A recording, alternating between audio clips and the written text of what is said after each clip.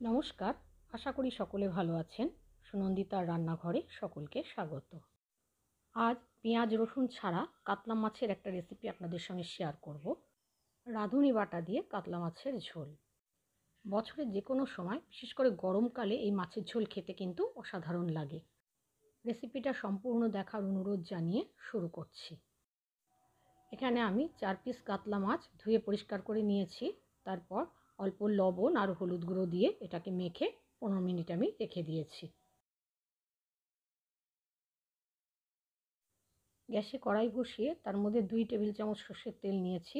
তেলটা ভালো করে গরম হলে তার মধ্যে আমি অল্প নুন দিয়ে দিলাম, যাতে মাছগুলো ভাজার সময় কড়াইতে আটকে না যায়। প্রথমে আমি 2 পিস মাছ তেলের মধ্যে ছেড়ে দিলাম। এবার মাছটা 2 পিঠ উল্টে পাল্টে আমি একটু হালকা করে ভেজে নিয়েছি। 2 পিস মাছ আমি ভেজে তুলে নিলাম। এবার ওই তেলে বাকি 2 পিস মাছও আমি ছেড়ে দিলাম। একইভাবে ওই 2 পিস মাছও আমি ভেজে নিচ্ছি।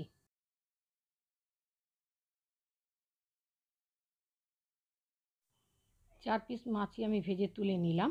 তারপর কড়াইতে যে তেলটা আছে তার মধ্যে আমি আরও 1 টেবিল চামচ সর্ষের তেল দিয়ে দিলাম। তেলটা ভালো করে গরম হলে হাফ চা চামচ জিরে ফোড়ন দিলাম। ফোড়নটা একটু ভেজে নিয়ে আমি একটা বড় সাইজের আলু লম্বা লম্বা টুকরো করে কেটে রেখেছিলাম, সেই আলুটা কড়াইতে দিয়ে দিলাম। অল্প একটু হলুদ গুঁড়ো দিয়ে আলুটাকে আমি একটু হালকা করে ভেজে নিয়েছি। এখানে আমি আর লবণ দিলাম না, কারণ মাছ ভাজার আগে তেলের মধ্যে লবণ দিয়েছিলাম।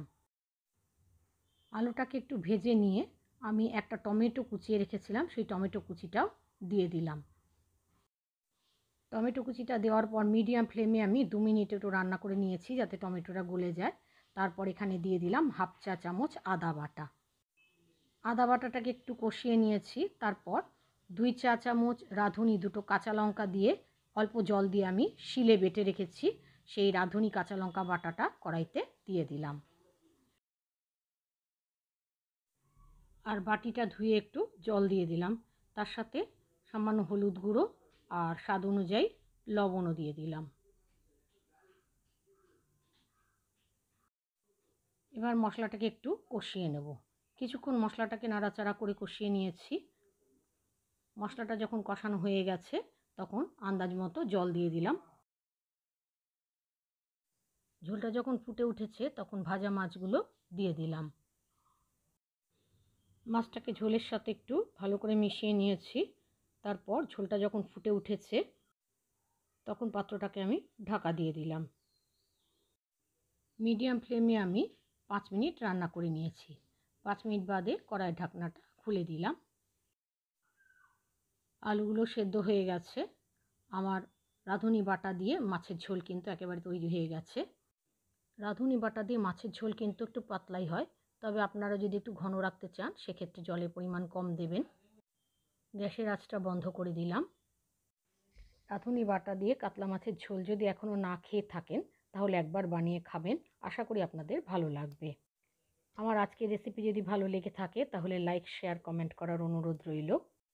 আমার চ্যানেলে নতুন বন্ধু হলে চ্যানেল সাবস্ক্রাইব করে পাশের বেল বাটনটা ক্লিক করে দেওয়ার অনুরোধ রইল।